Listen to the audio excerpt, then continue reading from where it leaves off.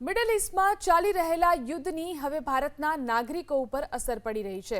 દેશની સૌથી મોટી ખાનગી ફ્યુઅલ રિટેલર નાયરા એનર્જીએ પેટ્રોલ અને ડીઝલની કિંમતમાં કર્યો છે ધરખમ ભાવ વધારો।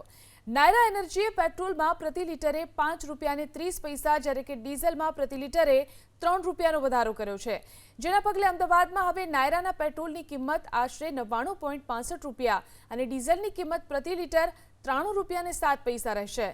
તો બીજી તરફ સરકારી માલિકીના જે તેલ કંપનીઓ છે આઈઓસીથી લઈ અને ભારત પેટ્રોલિયમે પણ પહેલાથી જ પ્રીમિયમ પેટ્રોલના ભાવમાં વધારો કર્યો છે। નાયરા એનર્જીએ કરેલા ભાવ વધારાનો સીધો બોજ હવે સામાન્ય નાગરિકોના ખિસ્સા પર પડી રહ્યો છે।